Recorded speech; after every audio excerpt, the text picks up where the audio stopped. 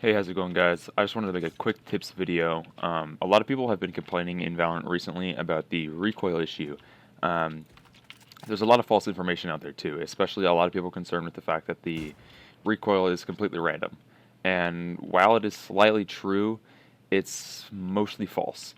In fact, I personally believe the recoil in this game is easier to learn than CSGO. Each gun sort of has an initial pattern, and then it also has a sort of sway mechanic. You'll see what I'm talking about here. I'm just going to show it to you. I'm going to start in the middle of this dot, and I'm just going to let the thing go for 25 bullets.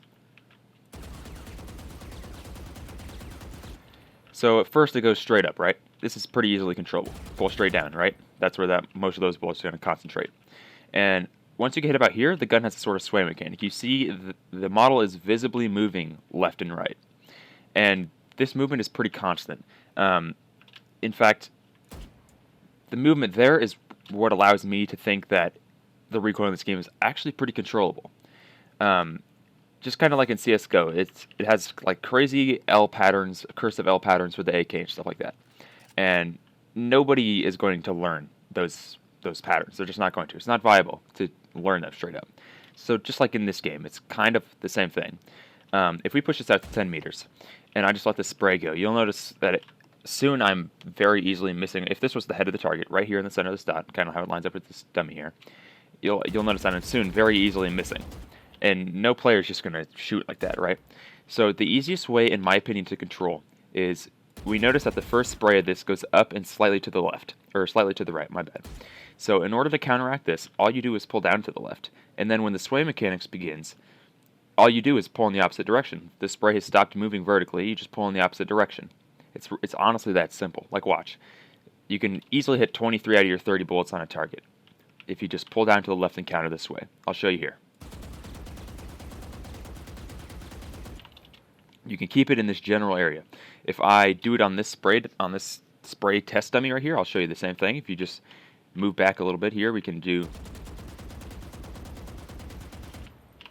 663 damage. Like, personally, like, this spray is, it's not even honestly that difficult. And obviously, if one target is present, you don't want to just spray the target down unless you're in a spraying war. It's obviously bursting in like 6 bullets is much better, but sometimes it's not viable. Sometimes you do have to kill the target as fast, and if you need to ever spray transfer in this game, then you're going to need to know how to counteract this sway motion. This literally goes for pretty much every gun, except for a select few, like the pistols and stuff. They obviously don't have recoil patterns. But like the Spectre here, if it just goes straight up and it has a sway, the sway is much quicker, and in fact, like, this is much tighter than the Vandal spray. So you just pull down and then counteract the spray. You can keep it all concentrated. I mean, it is just like that.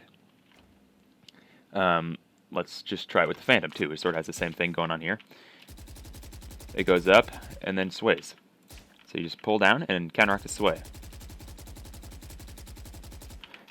It's literally as simple as that. I mean, like, I can show you here. I can go from target to target just transferring the spray.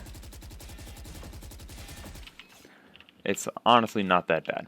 I just wanted to show that to you guys today just as a quick little tip video. I know I haven't posted much lately, but I'm hoping this might help some people understand this.